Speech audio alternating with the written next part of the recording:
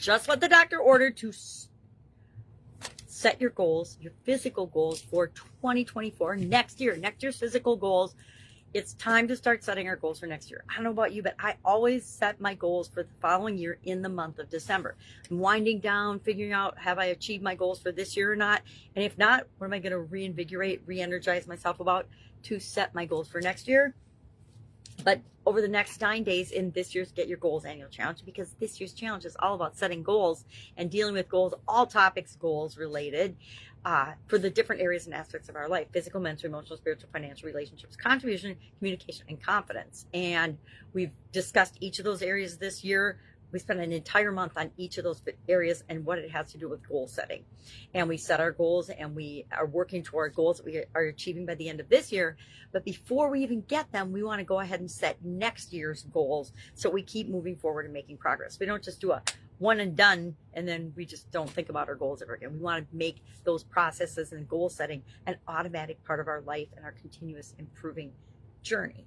So today, our idiom for Supersize Your Business was just what the doctor ordered. This is a relatively new idiom. It just has been around since the 1900s, when people have been going to doctors and care providers for a long, long time. But this idiom came into play, meaning it's exactly what's needed. It's exactly what's required in an idiomatic way. Prior to that, people would follow the doctor's directions, meaning just what the doctor ordered was what they needed in order to heal or become healthy or get, fixed after an accident, etc. And now it means, in an idiomatic way, the ideal thing, the perfect thing, the exact thing that's needed or required now. So talked about how this applies to our businesses and how we can set a good example first and foremost of physical well-being and physical health in our organizations. Then I just shared a couple of ways that I have done this in the past for my organization, some of the things that we've done. We've done some events and some competitions. We've participated in local events that have to do with health and well-being and wellness. Following my sudden cardiac arrest, I got a lot more involved in health-related physical event type things with personally as well as with people in my businesses. But we want to encourage people to take care of themselves, right? If people don't take care of themselves, they're not going to have the energy, both mental and physical and emotional, to help us to grow and build and supersize our business. And we talked about that ultimately it is our responsibility to create the life we want, the business we want, and the health we want by our choices and decisions and actions that we take, right?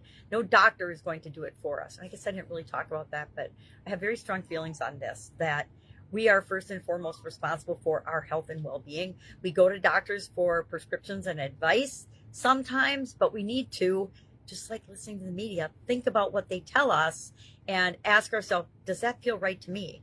I was working with a client the other day that had just been to the doctor for something because the person hasn't been sleeping.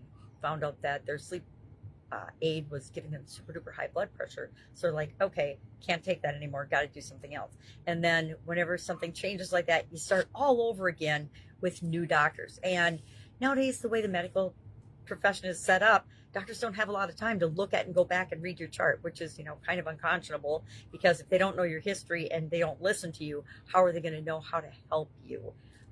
I think medicine's become, just like everything else, a big business, and it's burn and churn people as quickly as you possibly can, which doesn't serve any of us very well. So I think there's a place for some of the new things that are coming out now that will really help people to live better lives. And it's not necessarily strictly the medical profession as we've known it through my lifetime. Don't get me wrong. I love doctors. I love medicine. Because if it weren't for medical miracles, I would not be sitting here talking to you today. Very few people survive a sudden cardiac arrest.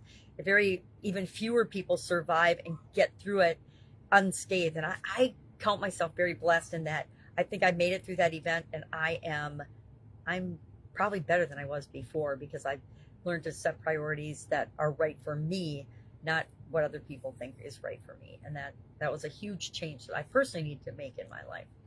All right, that's all I've got today. I'm rambling. I have got a gazillion things to do, getting ready for the holidays and helping out with some other projects and clients and customers and family things for the month of December, as well as finishing up and setting my own goals for the following year. So today, just like everybody else in the challenge, I will be thinking about and setting and going through and 8-step process that we developed as part of the challenge to identify our goals for next year. So if you have any idea for me, hit me up. I think I have plenty of physical ideas of physical goals I need to achieve, but always looking for feedback and advice. Have an awesome day, and I'll, of course, be with you tomorrow.